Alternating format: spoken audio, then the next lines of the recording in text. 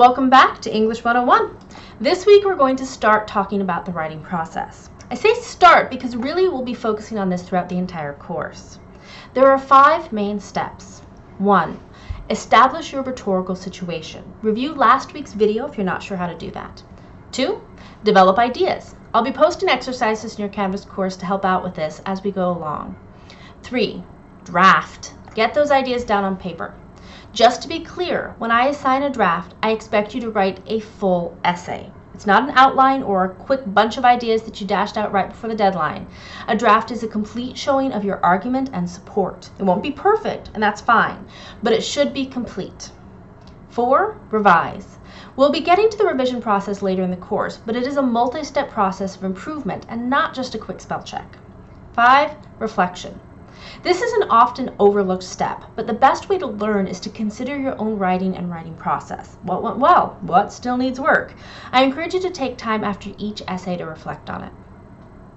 When you're ready to start drafting, it's important to understand how essays are put together. An essay is made up of 3 sections: the introduction, body, and conclusion. Now, I want you to think of these as sections, not paragraphs. We're not stuck in the 5-paragraph essay of your high school days. The first section of your essay is the introduction. This might take 1 paragraph and it might take more, depending on how complex your topic is. The introduction needs to accomplish 3 main goals. 1. Hook the reader.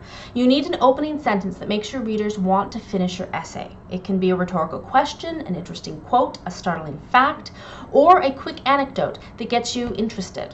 And I promise, if your essay starts with, "According to Webster's Dictionary," no one will want to read it. This is a great place to be creative, so don't waste it with something that will put your readers to sleep. Next, you need to introduce your topic.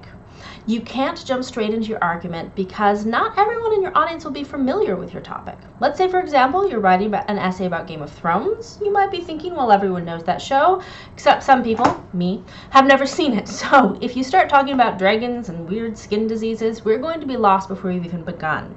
Take the time to explain what you're talking about so that we can follow along.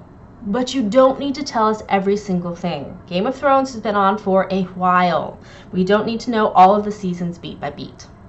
The third thing you need to accomplish in your introduction is your thesis statement.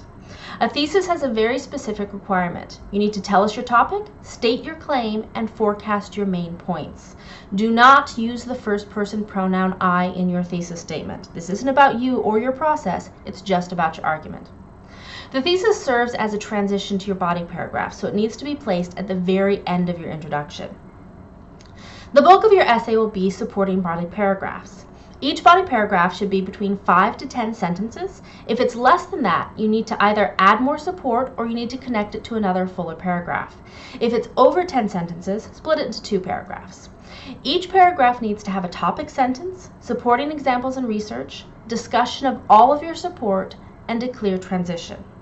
The transition will be included as part of the topic sentence and serve to show how the reader how your ideas connect to each other. The final section of your essay is the conclusion. The conclusion needs to do 2 things. Sum up your argument and let the reader know why we should care.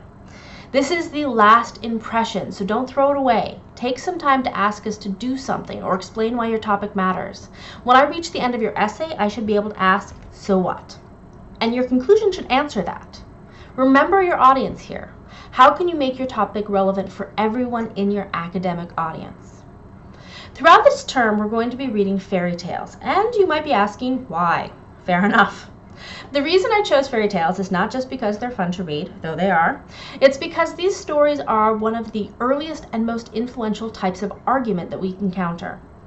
We've all heard the moral of the story, but you might not have thought about those morals as arguments that someone is trying to persuade you to believe. However, when we examine different versions of the Cinderella stories, we can see just how that persuasion is being accomplished. We're starting with the Grimm Brothers version in your book and the version by Charles Perrault that I posted in your modules. One thing that you'll notice is that the audience for these 2 versions is notably different. Pay attention to how authors have changed the details of the stories and how the story is presented. Also, ask yourself what the story is trying to teach the readers or listeners of the story.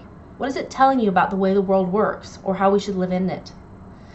In the introduction to this section of your fairy tale book, the author presents a number of different ways that these stories can be understood. Jane Yolen, for example, argues that the European and American versions of the stories present a passive princess with the message that good little girls are quiet, obedient, and subservient, and who need to wait for a Prince Charming to rescue them.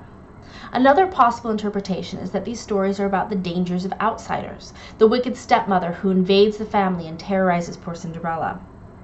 In older versions, the stories often focus on bad dads, fathers who develop inappropriate desires for their beautiful daughters. But interestingly, we've gotten rid of that theme.